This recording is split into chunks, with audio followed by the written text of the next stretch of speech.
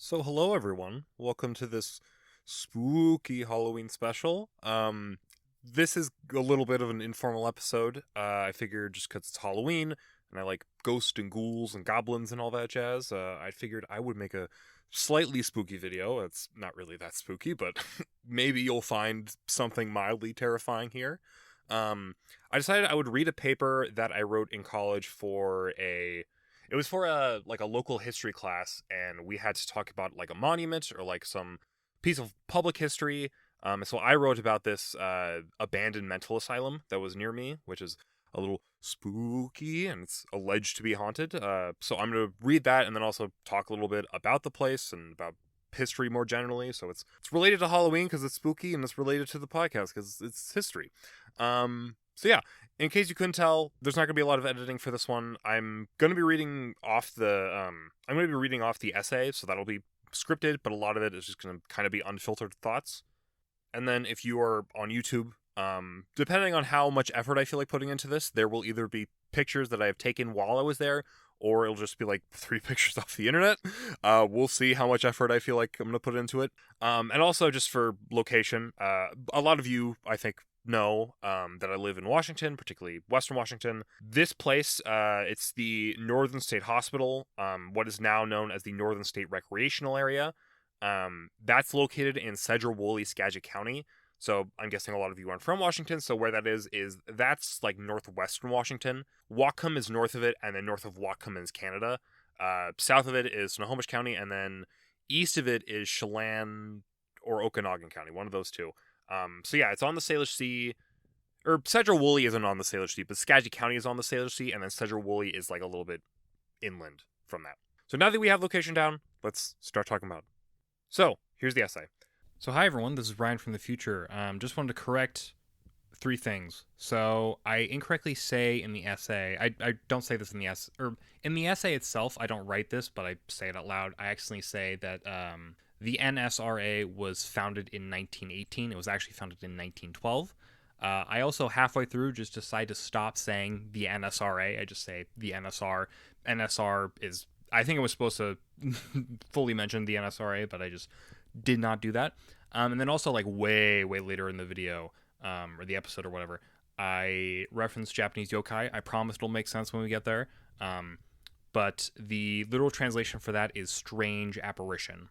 I visited the abandoned Northern State Hospital Farm, or as it is known today, the Northern State Recreation Area, NSRA. The NSRA is located in Sedgwick-Woolley and was originally built in 1918 as an extension of the Northern State Hospital. The hospital was built for the mentally insane, with it being able to hold around 2,700 patients. Many of these patients were allowed to work on the neighboring farm, with the supervisors hoping that by giving the patients something to do, it could help their condition. The hospital was one of the major legs of the Sedgwick-Woolley economy, helping provide many people jobs. The hospital would continue running until 1972, when it would be shut down and the farm would be turned into the NSRA. The NSRA today is a park that is free to the public, where people can walk the grounds, learn about local history, and surprisingly, play frisbee golf. It's important to note that the nature of the Northern State Hospital is disputed in some ways.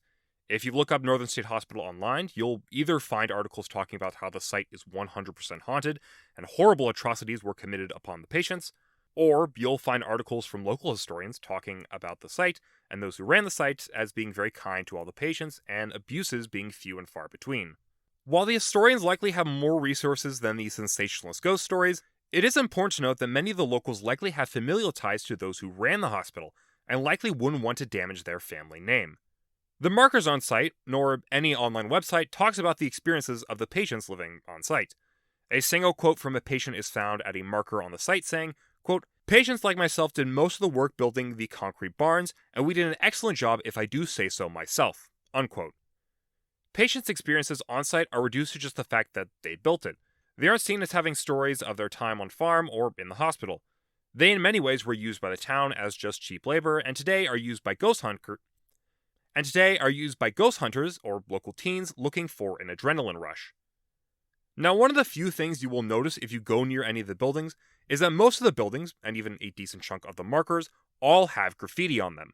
The graffiti ranges wildly from simple greetings, funny jokes, satanic imagery, people's contact information, and anti-police slogans. It's clear that the place today is certainly a hangout spot for local youth, likely going as a place they can drink, smoke, or just hang out without their parents' watchful eyes. No on-site markers nor any online site references the graffiti or its use as a hangout spot. The curators of the site want people to think the history of the site ended in 1972. The buildings in the NSRA are on paper abandoned, but it's clear to see that for many people, the site is still a lived-in place. At the initial marker, a reference to 4 Native American tribes of the Skagit River that lived in the surrounding area is the only reference to indigenous peoples present at the site. From what I could find, it's likely the Upper Skagit, Lower Skagit, and possibly the Swinomish are 3 of the 4 tribes referenced. Otherwise, Native history is mostly relegated out of sight and out of mind. The markers on site barely reference the site's history as a site for the mentally damaged. They explain the site only in terms of how the food processing plant and the dairy farm were used in relation to the hospital. Even the nature of the hospital itself isn't really touched on.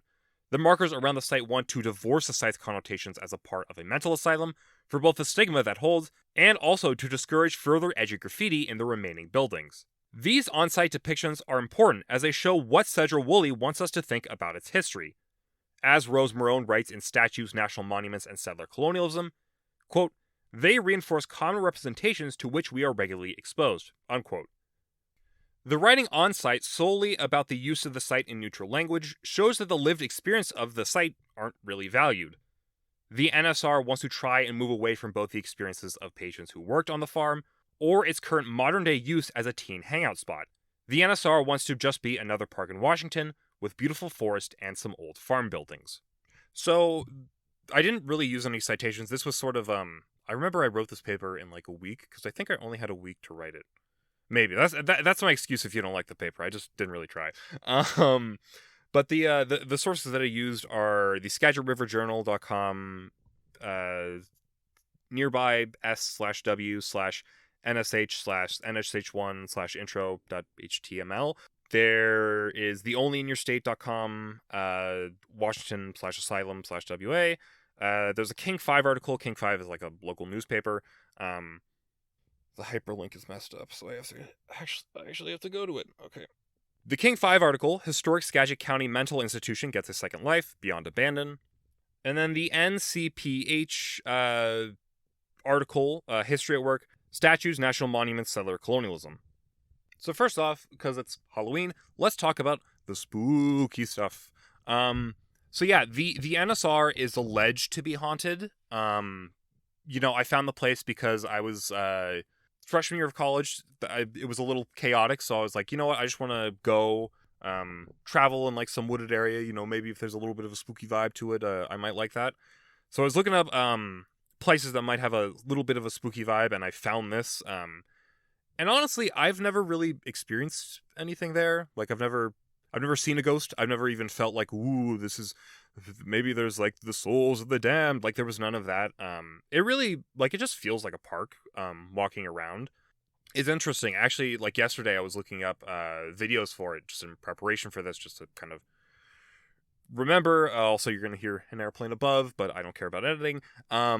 There's a lot of videos on YouTube that are like amateur ghost adventures, people who are like looking into the site, and a lot of them are like, ooh, I'm feeling like a really mysterious presence here, and like this building's really creepy, and like, ooh, maybe I saw a ghost over here. But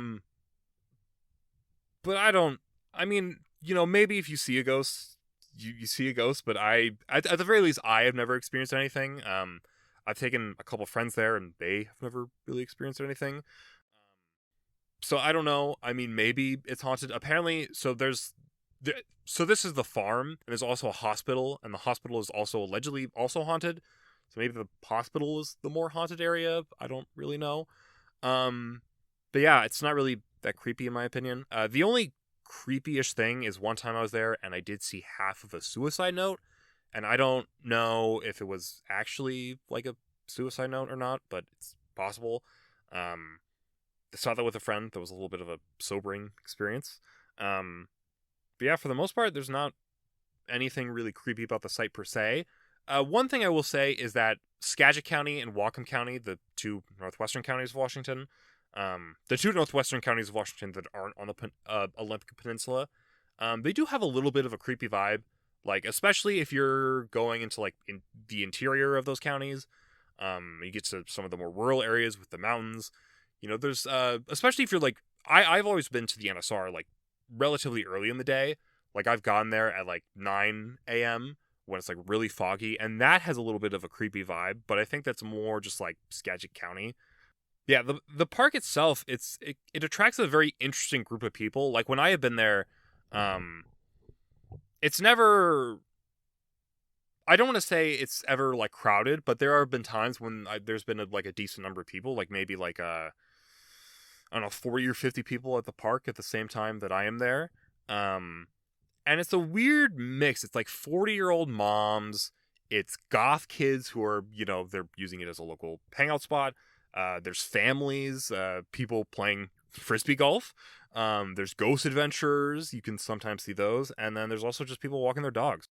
So it's really interesting that there's two different sides to like use of the park. There's like this very like edgy, like, we're gonna see spooky stuff, and also just people there with their families, which is interesting. And honestly, like I can't blame like kids for going there and like hanging out there. Like if I lived in Sedgemoor-Woolley, I'd probably do that every weekend. I'm not sure what else there is to do in Sedgemoor-Woolley. No offense if anyone from Sedgemoor-Woolley is watching. But yeah, like a lot of walking around, it's a cool place. I like it. I've been there multiple times over the years. You're technically not allowed to go in the buildings, but everyone ignores it. You technically can get a fine. But I am slightly skeptical that they have ever given out that fine. I mean, maybe they have. Maybe the Sedgemoor Police have. But the very least, while I was there, I never saw anyone getting a fine. And yeah, so on site there's all this graffiti, and as stated previously, there's wide variety of sort of things that are written, people's contact information, greetings. There's some of the more edgy stuff, like remember there's one building that has a lot of edgy graffiti, and it's like, ooh, like we're trapped here forever, ooh. But I think it's just teens being edgy, The site's allegedly haunted history, I think is what is attracting a lot of the teens, which makes sense. So it sort of makes sense that, they would also want to be a little bit edgy and add to the creepiness and the lore and all that jazz. Also very clear, there's a lot of kids drinking there. You can find like cans, sometimes the cans of soda and energy drinks, other times it's beer. I think I've even seen a couple needles, which is a little concerning. And admittedly, I realize now I'm being a little presumptuous in saying that like, oh, it's all kids, it's all teenagers. Maybe it's older people also going there, like people in their 20s or 30s who also are being edgy, or people that just don't have a place to go, and so they go there to kind of escape the rain. Although I guess it would depend on the building, because some buildings are like going to collapse like any day now. Like that's the big reason why they don't want people going in there. But other buildings are relatively sturdy. Talking a little bit more about history and the intellectual workings of my paper that I spent so long, this 2-page paper that I poured my heart and soul into. One thing, so I mean, I did well on the paper. If I did terrible on the paper, I probably wouldn't be reading it to you right now. But I remember I got like an 85 or 90 on the paper. But one of the things that my teacher told me was like, so a big thing is that quote at the end where I'm using Ross Marone's quote. She is talking about like common representations, particularly in terms of Native Americans. So she's writing about how a lot of monuments, they'll be like, Billy Bob Joe founded this town in 1873 and he claimed it from the wilderness, and she's like sort of saying like, oh, like that sort of removes the Native Americans that live there for time immemorial and all that jazz. But I do think to a certain extent that Marone's quote can also work for this, because the NSR in its history has sort of been reduced to this sort of common representation. It's supposed to teens look at it as they hear it's an abandoned mental asylum, and they go, it must be spooky, it must have had all this creepy history. And I to a certain extent, I think some of the ghost stuff around it is a little bit exploitative. People want it to be creepy so that when they go there, they can make a profit off of, or not necessarily make a profit, but just they can make it seem interesting. They can be like, oh, look at how spooky this was. Look at these buildings. They're so abandoned. There used to be people living there. Ooh. And the reason why is because mental asylums have a very dark history in the U.S. I think they have a dark history everywhere. But sort of the common understanding is, if there's a mental asylum, probably bad things happen there. Although in Cedra Woolley's case, it is apparently disputed. I think it's also interesting, like, which one is real. Like, are the ghost adventures right when they say, like, oh, like, the site had, like, a really dark, terrible history? Or are local historians real when they said, it was a site that cared for patients and wanted them to grow? I am not sure which side I actually agree with. To a certain extent, I side more with the local historians. I imagine that they actually have, like, papers and documents, and I think the ghost people are sort of more going off of rumor and hearsay and, oh, it's an abandoned mental asylum, so therefore it's spooky. But as I sort of mentioned what I sort of mentioned is that, like, it's very possible that local historians might not be, they might be making it look a little bit better. They might say, okay, my family worked here. This was a big thing in my family. I don't want to sort of ruin the reputation of this place. And especially because, it only closed in 1972. So I bet a decent number of people that, like, work there still are alive. And people don't want to tarnish that legacy. I do want to be clear. I don't think it's like a full-on, like, cover-up. I don't think, like, the town of Cedra Woolley is trying to cover up their horrible misdeeds. But I think I do think it's possible that there is a little bit of local historians trying to, maybe brighten it up a little bit, not make it as spooky, which I suppose is fair enough. You don't want your town to be associated with ghost adventurers coming in and messing around. And then also, not to toot my own horn, not to pat myself on the back, but I do think one really interesting thing that I brought up in this paper was the idea that the NSR, like, the history of the place has not ended.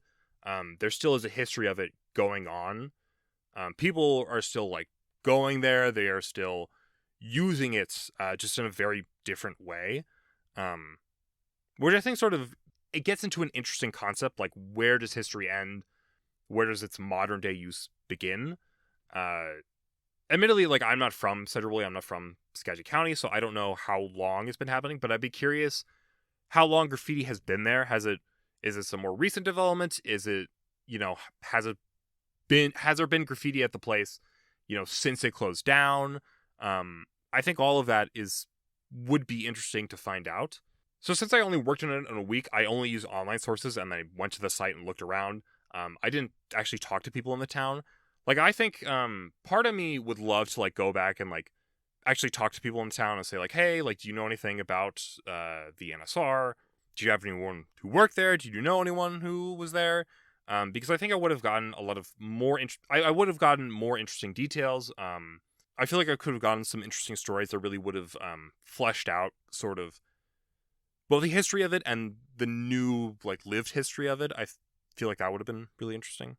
But yeah, the end of history, when history ends, I think is an interesting concept, because I think, I am sympathetic to the idea that, like, history in the NSR ended in 1972 because that was, like, the really interesting things that happened there. I don't think people really care that it's a local teen hangout spot. I think it's really just me, and the local teens, and presumably the people that are running the place because they don't like the graffiti. But I'm sympathetic to local historians who say, like, the history ended in 1972. But I think there's something to be said about just the idea that, like, simply because a place has lost its original purpose does not necessarily mean its history is over. If we could think about, like, a castle in Europe, it has lost what it was originally intended to do, but there still is a history going on there. There's still people using it. People are going there as tourism. There's, it's business there. And it's not its original intended purpose. And you can say, like, its history was much more interesting in the past, but there's still a history there. There's still a current ongoing history, and who knows what will happen in the next 100 years? Maybe it will have a new history afterwards. I think a big reason why I sort of wanted to talk about this, part of it was just Halloween spookiness. That's a little bit of the spookiness factor. Even though a big thesis in this whole thing has just been like it's not really that spooky, but I am really interested in like Washington State and its history. I think Washington State history is sort of, a lot of people don't really think about Washington State and its history when they're thinking about America, or even like I don't think a lot of people in Washington State really care about Washington State's history, which is to a certain extent fine. But I do feel like there's a lot of interesting stories in Washington State that, I wish were more talked about. I think there's a lot of interesting stories and interesting events that have happened in Washington State that I think are underappreciated. In the Western U.S., there is this sort of idea that like there's not a lot of history here, because Europeans arrived here only within the last 150, 200 years. There's a sort of idea that like, when you're thinking about history in America, it's sort of more on the East Coast, the Western coast, and the Western areas, even places like Montana or, Wyoming. Those places, the history in those places, it's more like there were Native Americans and then there was white people, and then that's when history began. But there's a lot of history in Washington. There's a lot of history, even within those 150 years of white settlement in the area. And of course, there's, thousands of years of history when the indigenous people were living here. I've thought once the podcast ends, once I've done the history of every single country, maybe I will make it, maybe I'll start making a show just talking about Washington State history. I'm not sure how popular that would be, but I think there are a lot of really interesting stories that like I wish I could highlight. I hope at some point I can take more time to like work on Washington State history and just talk about that, because I think it's very, very interesting. I think I love Washington State. There's a lot of problems in Washington State, but I've lived here most of my life. I think it's beautiful. And there's a lot of history here. You just have to sort of look around. And then also finally, I just wanted to talk about sort of the merging of history and the paranormal. Another class I took in college, it was a history of Japanese yokai, and yokai are it's like monsters in Japan. It's sort of like yokai. I think the translation is like, oh god, it's like wandering spirit or like evil spirit, something like that. And it was the entire like focus of the course was like, we're gonna read ghost stories and then we're gonna look at it through a historical lens. And the kind of overarching idea in the class was like, we can use ghost stories in Japan to see the development of modernism. We could see how ghost stories originally developed in medieval Japan, and then ghost stories in sort of the 18th and 19th century, they became sort of reactions to modern Japan and modernization, and sort of very critical of it. And today, a lot of ghost stories are sort of about like alienation and disillusionment. So I think, I think it's a concept that a lot of people don't really think about, like the merging of the paranormal and history together. But there's a lot of like interesting arguments you can make when you merge the two together. I mean, not necessarily like, oh, like ghosts have influenced history, but you could say like, the stories we tell about the paranormal are a reflection of the history that we are currently going through. And I think that's a very interesting concept. How well I did that in my paper, I don't think I really touched upon it, but it's just an interesting concept that I thought I'd throw in there at the end. So yeah, I hope you appreciate it. I think I'm going to try to get this out. I'm recording this Sunday morning, and hopefully, I think I can get this out Sunday night.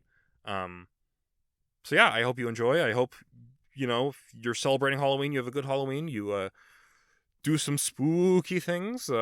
Maybe if you are in Skagit County, maybe you go visit Sedger-Woolley. You look at the place, you kind of think about the history while you're there, and yeah, take care. I hope you enjoyed.